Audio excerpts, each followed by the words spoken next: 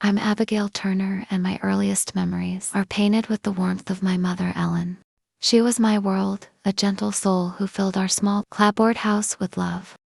Her laughter danced through the rooms as she baked bread or sang hymns, her voice a soft thread weaving our days together.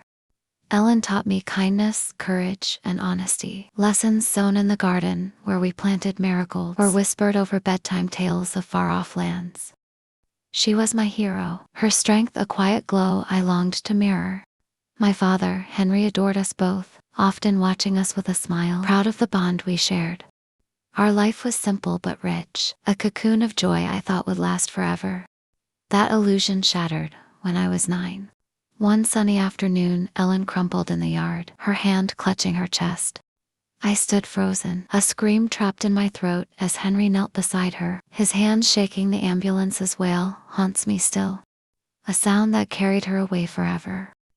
That night, Henry sat on my bed, his voice breaking as he told me she was gone. A heart attack, sudden and merciless.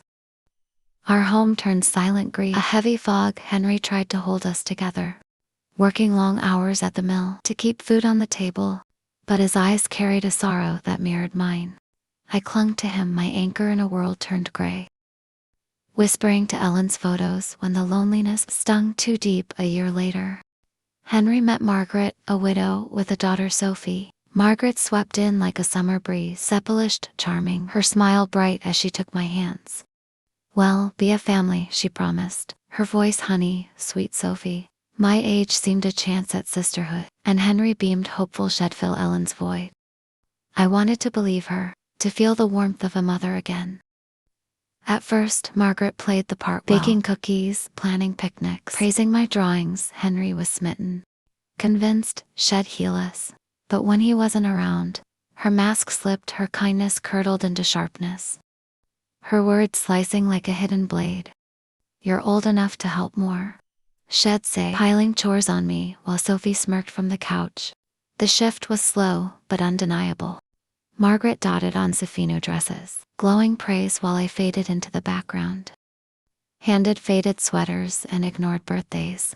Henry, lost in his love for Margaret, didn't see it. "She's adjusting," H say when I hinted at the unfairness, his tone gentle but firm. I swallowed my hurt, desperate to keep him happy, but the disparity grew. Margaret cheered Sophie's every step, dance recitals, spelling bees, while my straight A's and art award earned silence. "Sophie's a star," she'd gush at dinner, her eyes sliding past me.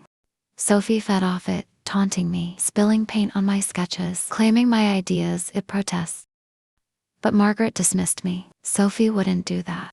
My home became a cage, their cruelty a constant hum.